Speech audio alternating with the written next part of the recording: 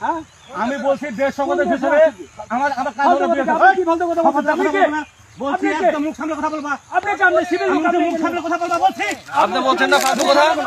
আপনি কথা বলবেন দেশ তুমি কে এখানে তুমি কে তুমি কে তুমি কে এখানে তুমি সীমান্তে কে তুমি কে এখানে এখানে দেশের কথা বলবে বিজেপি কথা তুমি কথা বলো কেন আমাদের জমি কি হইছে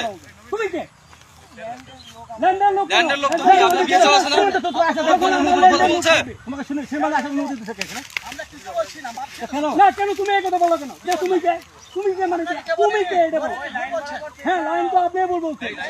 আপনি অবশ্যই যে কার কে এতে দাঁড়িয়ে আছি আমরা আমি আপনার ভূমিতে গেছি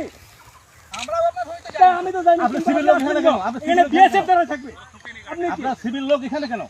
আমাকে প্রশ্ন আপনি সিভিল লোক কি জন্য আসছেন বলেন আমার গভর্নমেন্ট হলো আগে বিএসএফ এর সাথে আমার বোঝাপড়া হবে তারপর আমাকে আগে বিএসএফ এর সাথে আমার বোঝা হবে তারপর বিএসএফ থাকবে বিএসএফ কমান্ডিং তোমরা কাজ করতেছ কেন আপনি করেন যে না সিভিল থাকে আমার সিভিল থাকতে হবে আগে বিএসএফ এর সাথে আমাদের সমাধান হতে দেন তারপর আপনি কাজ করবেন আমার আপনাদের জোর করে কাজ করতে আছে অবশ্যই আসতে হবে আমার সার্বিয়া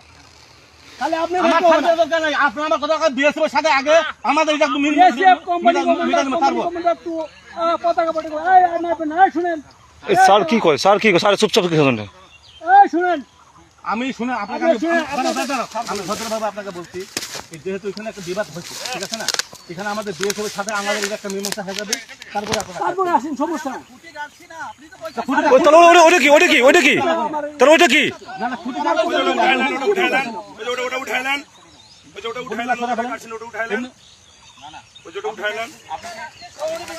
উনি আমাদের লোক বিজেপির লোক সঠিক এপিএস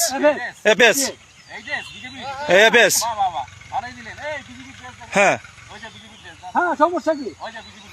উঠান ওরা জানে ওই যে সই ফুটাইতেছে ও ঠিকই জানে যে আমি কে আবার কেন এই ভাই মুখ খারাপ করবেন আপনি মুখ খারাপ করলেন কিসের জন্য ভাই আপনি মুখ খারাপ করবেন আপনি মুখ খারাপ করলেন কিসের জন্য বলছি ভাই আপনি মুখ খারাপ করলেন কিসের জন্য আপনি এখানে